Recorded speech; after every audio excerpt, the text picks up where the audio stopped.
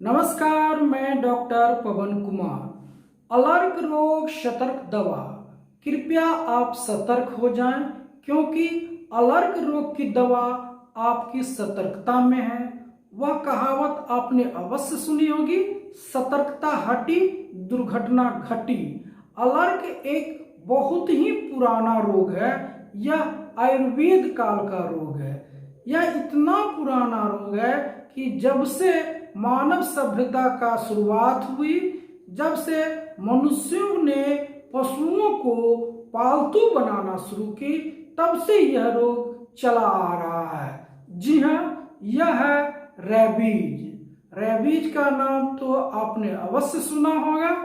Rabies का नाम सुनते ही आपके दिलो दिमाग में एक ख्याल आता है, जी हाँ, कि यह रोग अवश्य पागल कुत्ते के काटने से हुआ होगा। और यही सच है, रेबीज पागल कुत्तों के काटने से होता है। यह बीमारी साधारण बोलचाल की भाषा में कई एक नामों से जाना जाता है, जैसे कि जल अटका रोग, जल भय रोग, प्रकाश भय रोग, पागलपन रोग, पागल कुत्ते काटने का रोग इत्यादि। वैज्ञानिक दृष्टिकोण से रेबीज एक अति तीव्र, संक्रामक, घातक, जानलेवा, विषाणु जनित प्राणुरुजा रोग है, जो कि केंद्रीय तंत्रिका तंत्र को प्रभावित करता है और अंत में इस बीमारी से मृत्यु हो जाती है। यहाँ पर मैंने 3-4 शब्दों का प्रयोग किया है। पहला, प्राणिरुजा रोग। प्राणिरुजा रोग ऐसे रोग को कहते हैं जो कि मनुष्यों से पशुओं में तथा पशुओं से मनुष्यों में फैलता है। दूसरा, विषाणु जनित रोग। विषाणु, वह विषाणु जो कि रेबीज बीमारी को उत्पन्न करता है, उसका नाम है रेब्डोवायरस, रेब्डो विषाणु। इसी विषाणु के कारण इस बीमारी का नाम रेबीज बीमारी पड़ा है। इस रेब्डो परिवार में एक जाति है जिसका नाम है लाइसा विषाणु। लाइसा विषाणु के कारण इस रोग को लाइसा रोग भी कहते हैं।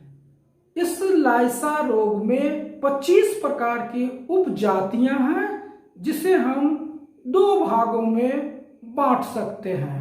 पहला, वह जो स्थिर विषाणु है।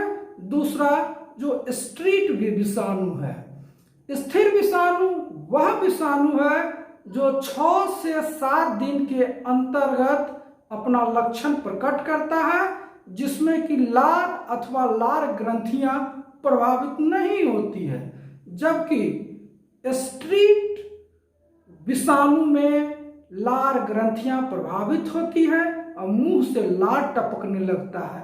यह 11 से लेकर 14 दिन और 14 से लेकर 47 दिन के अंदर अंदर लक्षण प्रकट कर देता है। सर्वप्रथम 1903 ईस्वी में नेग्री नामक वैज्ञानिक ने इस वायरस का खोज किया, जो कि मस्तिष्क में पाया गया।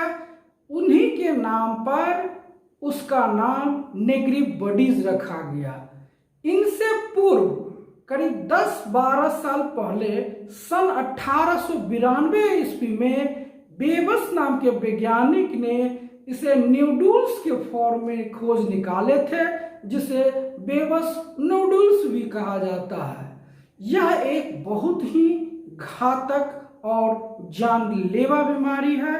एक बार रेबीज यदि मनुष्यों में, पालतू पशुओं में, जंगली पशुओं में अगर आ गया तो उसमें मृत्यु अवश्य भावी है। अतः हमारी सतर्कता ही इसे बचा सकता है। अब आप सोच रहे होंगे कि डॉक्टर साहब कौन सी कहानी सुना रहे हैं, ये तोता मैना की बहुत पुरानी कहानी बता रहे हैं। जी हाँ, विश्व स्वास्थ्य संगठन के अनुसार 1966 ईस्वी में इसके वाहकों को दो भागों में बांटा गया। पहला वह जो कि शहरी टाइप का है, दूसरा वह जो साइलेटिव टाइप का है। शहरी उस प्रकार के पशु को उसमें रखा गया जैसे कि हमारे कुत्ता, पालतू बिल्ली, और स्लेवेटिव टाइप में जंगली पशु जैसे लोमड़ी, सियार, नेवला, गीदड़ और चमगादड़ को इसमें रखा गया। ये रोग वाहक का काम करते हैं। ये एक जगह से मनुष्यों से पशुओं में तथा पशुओं से हमारे मनुष्यों में इस बीमारी को यह वाहन कर देते हैं और फैलाने का काम करते हैं। इस प्रकार से आप पाएंगे कि इस बीमारी का लक्षण मनुष्यों में, पशुओं में, हमारे पालतू पशु में, जंगली पशु में, कुत्ता में अलग अलग ढंग के मिलते हैं। आइए अब हम मनुष्यों में होने वाले रेबीज बीमारी के लक्षण के बारे में जानकारी प्राप्त करते हैं। मनुष्यों में यह सबसे पहले हल्का बुखार उत्पन्न करता है जो कि सर दर्द के साथ आता है। इसके बाद उल्टियाँ आती हैं, गले में खराश होता है तथा उसमें तनावग्रस्त और चिंतामय पागलपन जैसा व्यवहार शुरू हो जाता है। अंत में उसे पूरे शरीर में पक्षाघात, लकवा का शिकायत होती है और उसकी मृत्यु हो जाती है। ऐसे स्थिति में आप जब उसे पानी देंगे पीने के लिए तो वह पानी से डरता है, इसीलिए इसे जल भय रोग अथवा जल डर रोग भी कहते हैं। कभी कभी ऐसा देखा गया है कि जब वह पानी से डरता है और पानी पीने में असमर्थ होता है तो हम उसे पानी पिलाने का कोशिश करते हैं, लेकिन वह पानी उसके गले में अटक जाता है। अतः इसे जल अटका रोग भी कहा जाता है। यह इसलिए अटक जाता है क्योंकि गले की मांसपेशियों में पक्षाघात का शिकायत हो जाती है, गला में मांसपेशियों में लकवे का शिकायत हो जाती है और यह लकवा आपको ऊपर से चेहरे से शुरुआत होता है, धीरे धीरे नीचे की ओर आती है, अंत में पांव में आकर के पूरे शरीर को पक्षाघात कर देती है और इससे व्यक्ति की मृत्यु हो जाती है। यदि हम कुत्तों में रेबीज की लक्षण की बात करें तो इसे हम दो भागों में विभक्त कर सकते हैं। पहला उग्र रूप और दूसरा मुक रूप। उग्र रूप में वह लक्षण आते हैं जिसमें कि उसके व्यवहार में परिवर्तन होने लगता है, वह अपने मालिक को पहचानने से इनकार कर देता है और कभी कभी वह अपने मालिक को भी काटने के लिए दौड़ता है। अक्सर ऐसा देखा जाता है कि उसके पास जो भी ईंट, पत्थर, लकड़ी का टुकड़ा, दरवाजा, कॉपी, किताब, घरेलू सामग्री जो भी उसके समक्ष आता है उन सभी चीज को वह काटने का कोशिश करता है और काटते काटते उसे काटने की आदत हो जाती है और ऐसे में वह अपने मालिक को भी काट लेता है। इसका जो दूसरा रूप है वह मुक गुंगा रूप है, जिसमें कि वह शांत होकर के रोशनी से डर करके अंधेरा में एक कोने में जाकर के बैठना पसंद करता है। इसे हम प्रकाश भय रोग भी कहते हैं क्योंकि रोशनी से उसे डर लगता है। अब चूंकि उसके गले की मांसपेशियों में पक्षाघात, लकवा हो जाती है तो वह पानी पीने से असमर्थ हो जाता है। ऐसी स्थिति में उसका जीभ बाहर निकल जाती है और वह मुंह से लार टपकाना शुरू कर देता है।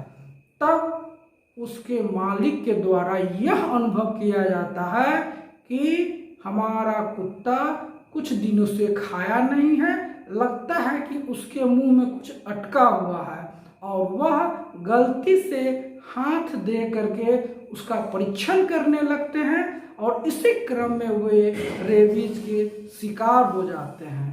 अतः इस प्रकार की गलती नहीं करना चाहिए।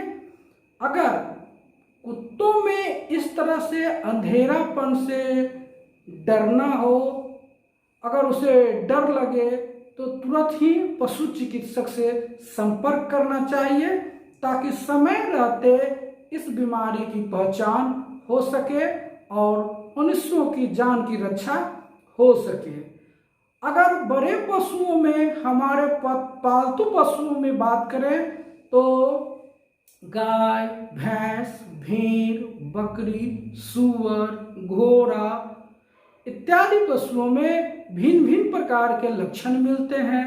घोड़ा में यह टेटनस के समान लक्षण आता है और दोनों पैर से, आगे से भी और पीछे से भी, वह कीक मारना शुरू करता है, लथाड़ना शुरू कर देता है। सूअर की बात करें तो सूअर में पागलपन की स्थिति आ जाती है और वह जंगली सूअर के भांति किसी को भी काटने, फाड़ने और मारने की चेष्टा करता है। ऐसी स्थिति में हमें सिर्फ पशु चिकित्सक से संपर्क करके ही इस बीमारी का समय रहते पहचान कर लेना चाहिए।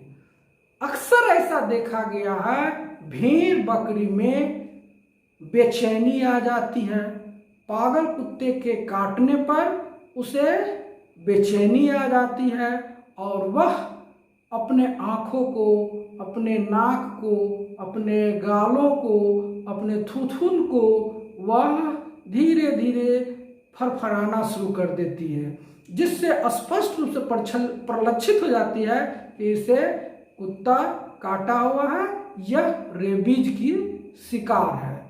गाय और भैंस की बात करें तो अभी तक मुझे अपने जीवन में 5-6 ऐसे रेबीज के मरीज को देखने का मौका मिला है जिसमें कि स्पष्ट रूप से लक्षण प्रतीत हुआ है। जब किसी पशु में ऐसा लक्षण आता है तो पशु मालिक के द्वारा यह कहा जाता है कि हमारा पशु तनाव में है, बेचैन है, उठ बैठ कर रहा है और पिछले कुछ दिनों से खा नहीं रहा है। लेकिन जब हम जाते हैं तो ठीक इससे उल्टा, इससे विपरीत स्थिति वहाँ मिलती है। देखने में आता है पशु जोर जोर से चिघार मारती है, चिल्लाने लगती है, मानो कि वह पागल हो गई है। वह बेचैन रहती है लेकिन लोटपोट करती है।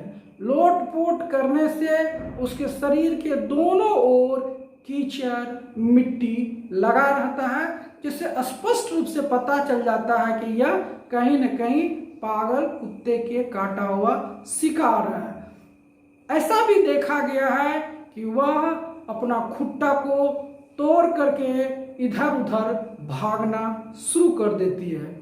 ऐसे स्थिति में हमें उसके मालिक से इस बात का इतिहास लेना पड़ता है, इस बात की जानकारी लेना पड़ता है कि क्या आपके पशु को आज से 2 महीना, 4 महीना, 6 महीना पूर्व कभी किसी कुत्ते ने, आवारा कुत्ते ने, पागल कुत्ता ने काटा हो।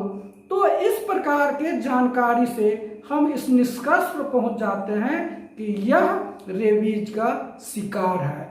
अगर एक बार रेबीज हो गया तो पुनः इसका कोई इलाज नहीं है। अतः जिस दिन कुत्ता काटे उसी दिन पशु चिकित्सक से संपर्क कर लेना चाहिए ताकि समय रहते उसका इलाज हो जाए और पशुओं की सुरक्षा हो सके। ऐसे में 2 बातों को पशुपालक को ध्यान रखना चाहिए।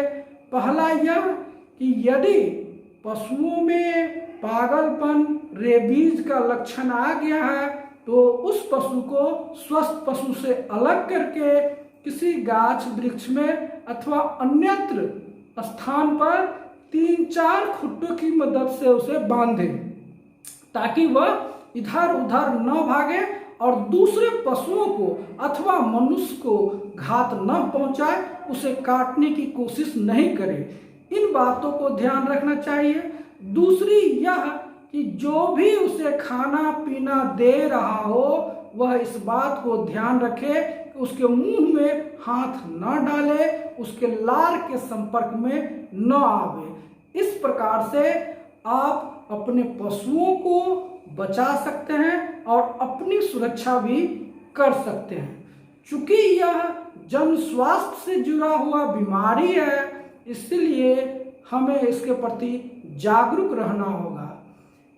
ऐसे मौके पर हमारे professor doctor JN Pandey sir, जो कि अवकाश प्राप्त वेटेरिनरी पब्लिक हेल्थ के प्रोफेसर हैं, वे हमेशा कहा करते थे, अलर्ट रोग सतर्क दवा, अलर्ट आदमी खत्म रोग। इस बीमारी का निदान का एक ही तरीका है कि हमें अलर्ट रहना पड़ेगा, हमें जागरूक रहना पड़ेगा, हमें सतर्क रहना पड़ेगा, तभी हम अलर्ट बीमारी से, रेबीज बीमारी से अपनों की और समाज की सुरक्षा कर सकते हैं। यदि एक पशु चिकित्सक रेबीज को सही समय पर पहचान ले तो वह समाज के लिए सबसे बड़ा देन होगा, ताकि समाज में इस बीमारी को फैलने से वे रोक सकते हैं। धन्यवाद।